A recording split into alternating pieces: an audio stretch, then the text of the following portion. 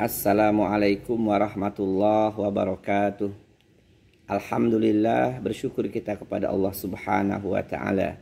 Allah telah memberikan nikmat yang sangat banyak kepada kita.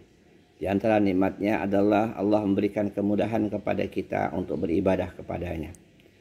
Salawat dan salam semoga senantiasa tercurahkan kepada teladan terbaik kita, Nabi Muhammad sallallahu alaihi wasallam.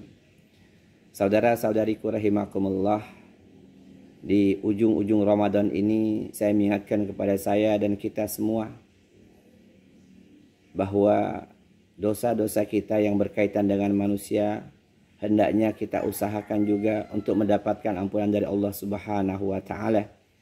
Dengan cara yang pertama tentu kita minta maaf, minta keridhaan, minta kehalalan kepada orang-orang yang pernah kita zolimi, yang kita pernah berbuat jahat kepadanya.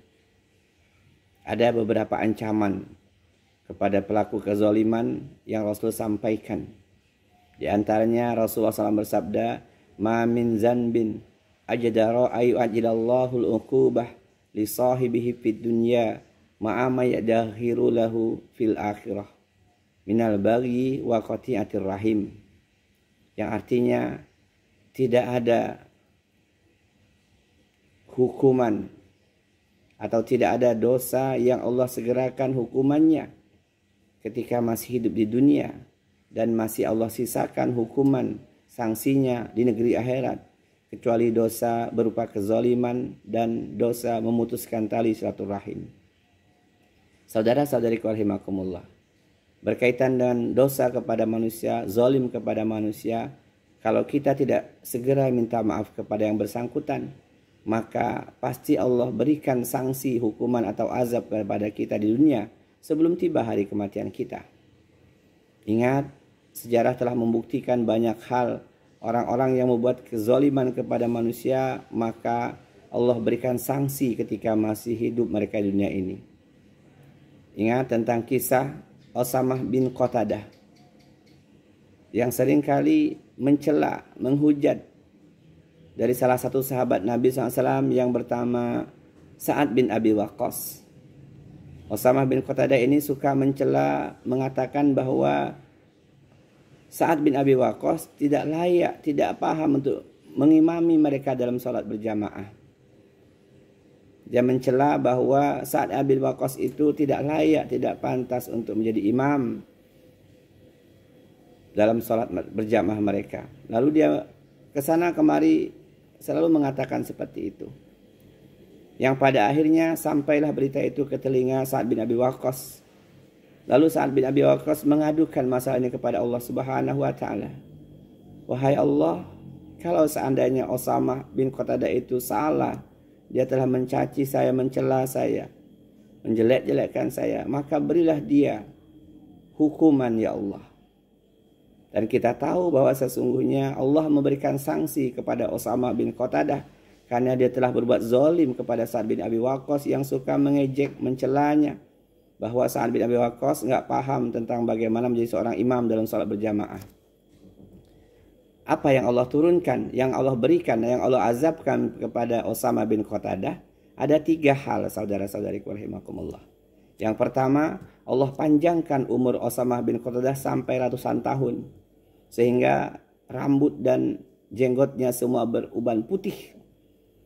Kemudian yang kedua, Allah berikan dia kehidupan yang sulit. Dia miskin menjadi seorang pengemis terlunta-lunta di kota Madinah.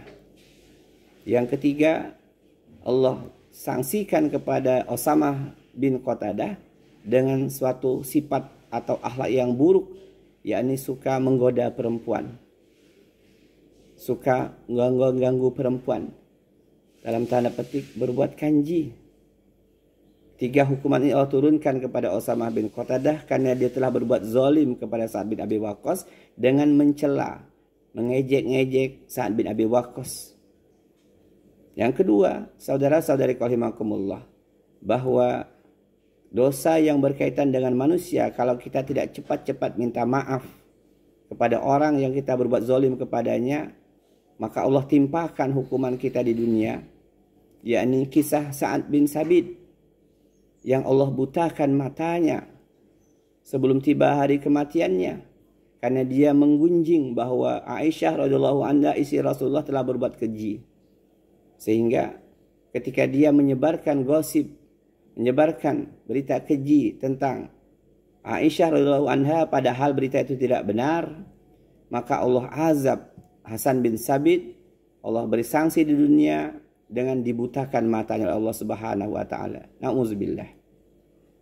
Dan juga kita lihat saudara-saudariku di sekitar kita. Maaf, memang kita nggak tahu apa kezaliman yang dilakukan kepada orang lain.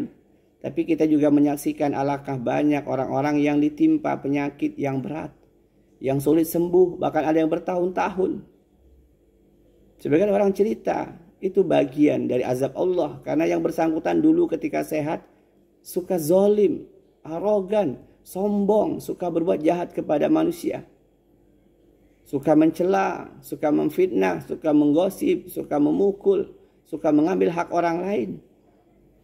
Maka kalau kita lihat dari apa yang disampaikan oleh Rasulullah SAW bahwa dosa yang berkaitan dengan manusia, Allah azabkan, Allah berikan sanksinya di dunia sebelum hari nanti di negeri akhirat.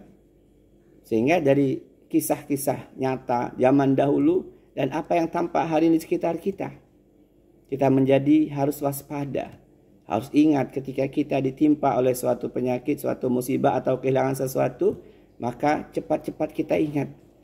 Evaluasi diri, apa yang telah aku lakukan kepada manusia. Atau mungkin kepada hewan atau kepada tumbuhan yang Allah tidak ridho, sehingga Allah berikan sanksi secepat mungkin kepada kita. Nauzubillah.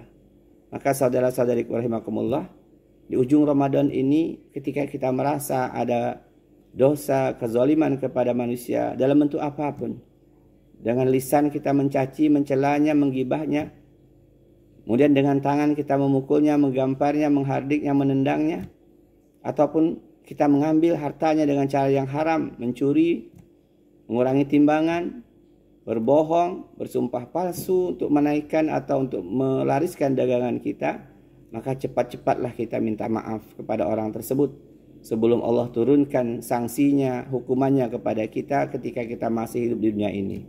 Demikian saudara-saudari rahimakumullah, ini tazkirah, nasihat untuk saya dan kita semua. Wallahu a'lam bishawab. Wassalamualaikum warahmatullahi wabarakatuh.